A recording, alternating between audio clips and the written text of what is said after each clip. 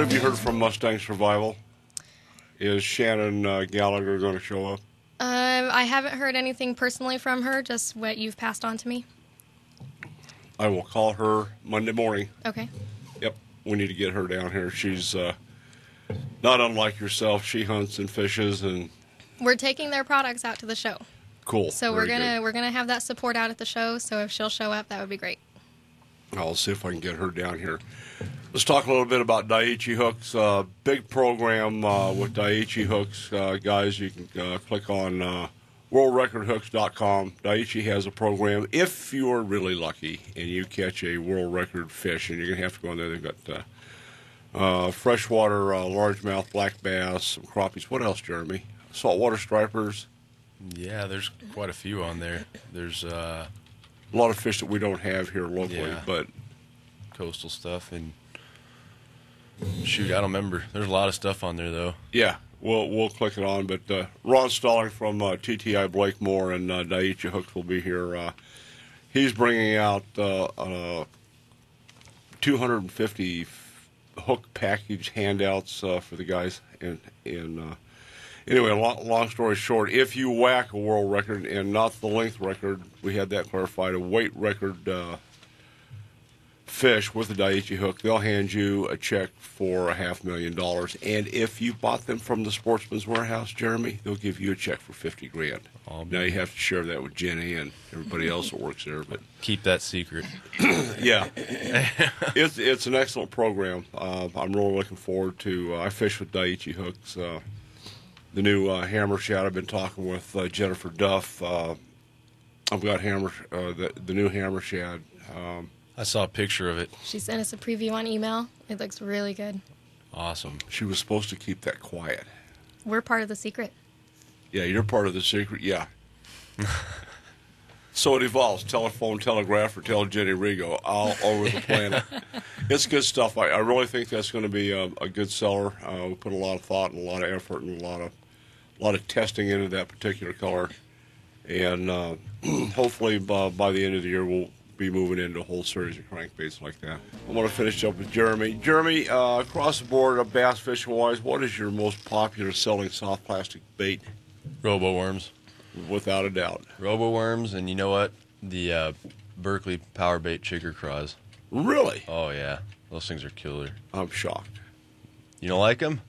No, I'm just shocked. There's so much to choose from that on the market.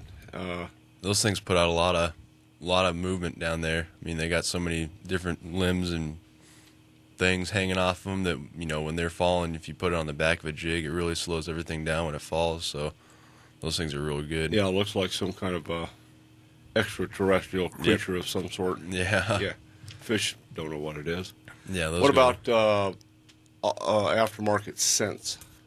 Yeah, the Bang and the aerosol cans, the mixed, there's the combo, the shad, and the crawdad one. Those all go quick. Really? Oh, yeah. Oh. What about the Yum? Yum goes. Yum scents? Yeah, we just got the new, well, we've had it for a while, but their new scent, they changed it up about 6 months ago, and they have some new scents or new technology going into them, supposedly. So those, everybody who's got those so far has brought back pretty positive feedback. What color is it? It's still purple? Yeah. I'm still using, I've got a economy size of Bang that looks like a can of Comet cleanser. Yeah. It lasts a long time. I got one of those, and then it spilt in the boat. Then I didn't get those anymore because it stank. And it's still, to this day, I can't even get it out. I tried everything. You walk into my tack room, it's like walking into the Blue Water Grill. You go, oh, man. Yeah. It's a good smell. If perfume makers would incorporate diesel fuel, Bang or Yum, and WD-40, across the board, women have it licked. Game over. Yeah. Don't you think so? Maybe the WD-40, but I'm not sure about the others. Oh, well, okay. Is our buddy Ray going to be out from camping? Ray's not planning on being out there. We're going to have... Why? Ray doesn't specialize in the... well, I don't know. We'll see. I'll have to talk to Ray about going out and helping He hunts? us out. He fishes. He does. Former military. If you want to positively destroyed overnight, call Ray in the camping department at Sportsman's Warehouse. I will have to talk to Ray about coming out and joining us. Absolutely. Tell him I need a driver for the M35. We're getting it all kind of spruced up. We put 4 mirrors on it so I can see what I'm about to back into or change lanes on. There you go. And that's pretty interesting. And we had a lot of fun with Ray. He's an awesome guy. Yep. You got a awful lot of good people, and the guys back in the archery department, when they heard we were having a carp shoot, they're going like, "Yeah, cool." Yeah, they're very excited. They've been passing the word and even trying to sell off the Eastman bow fishing arrows that we sell. They're trying to get people involved. They've been passing out the flyers. They're pretty stoked about it. Well, we're trying to do some stuff that hasn't been done. Personally, I think the striper fishermen basically across the board have been ignored. We have a huge contingency of striper guys here, and I got a call from a fellow out in Sun City. There's 245 guys, members, that belong to that Sun City group, and they're all over it. Yeah, we're going to fish the derby. Well, you ought to do it like they do it in Texas, just $40 a boat. I said, well, maybe next year we, got the rules already done. Load them up, get them out of the lake, absolutely. Yeah, that's the thing. And the carp guys, I the more I get into this, bass fishermen are anal, period. But you put a hunter in a boat with a compound bow and a string. It is amazing. It is such a fun. You don't shoot one and you're done. You can go and go and go and go. It's one of my favorite things to do. Kill them all. Let Sandy sort them out. Yeah. And those friendly tires of ours, those carp like to hang out below them. Pay attention to the tires. Well, we're going to get a little pool going. What do you think the big carp weight will be? Now we're going to give them $500 for. Where'd that flyer go? $500 for the overall biggest carp of the 2 days. But you got any idea on the weight? I'm thinking 45 pounds. Ooh, that's a big boy. I'm thinking that's more. I would think probably closer to the 15 range. I'm thinking in the 20 range, somewhere around there. Yeah, 15 to 20 pounders, we see them floating all around. It's like the stripers. You're catching 10, 11, 12-pound stripers. There's 40, 50-pound stripers in that lake. They just don't come up very often. You come up, stick your head up, blow some bubbles, you're going to get stuck. Speaking of that, the carp shoot, we got a new PSE bow in, the PSE Wave. It comes fully equipped with everything. It's got the reel on there, Really? The canister reel. The canister reel on there. It's got 2 arrows. It's got a really cool rest on it. It's set at 40 pounds, and it's a cool bow.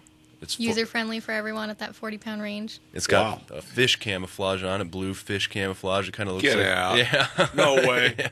It's cool looking. But yeah. Fishflage. Fishflage, or no, not the copyrighted kind, but their own special stuff. But it's a neat setup. Do you take trade-ins?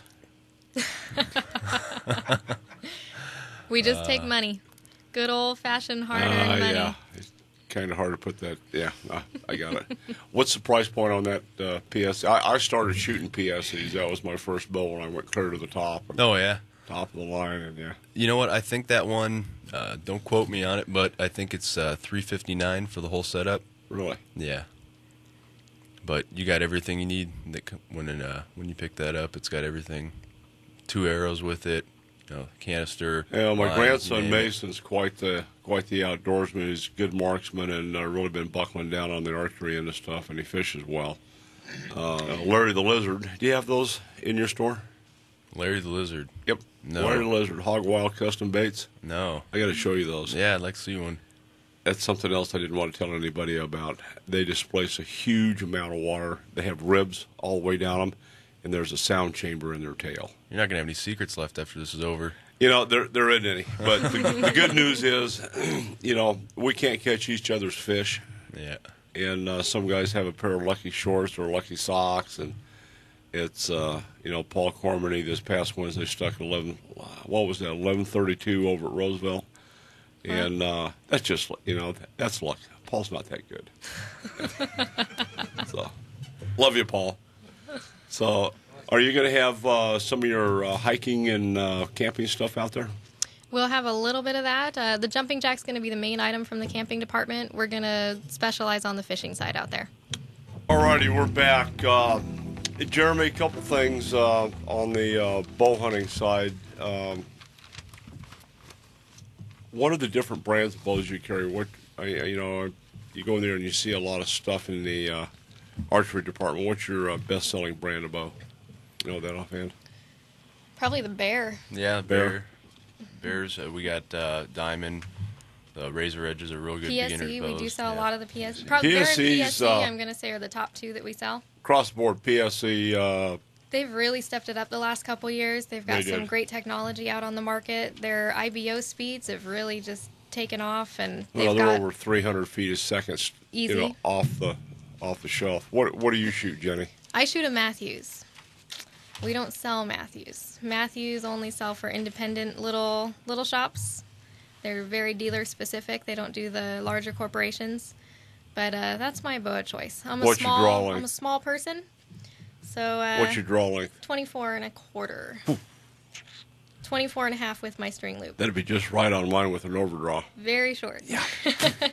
What kind of speed are you getting out of your Matthews? Out of my Matthews, about 240. So with what size shaft? I'm shooting really, let's see, what the Eastman ACC. So pretty small. You're shooting the carbon graphite? Shooting the carbon aluminum. Carbon aluminum. Yeah. So changed up from carbon graphite for my elk hunt a couple years ago, and still have a lot of arrows left over because I only use one.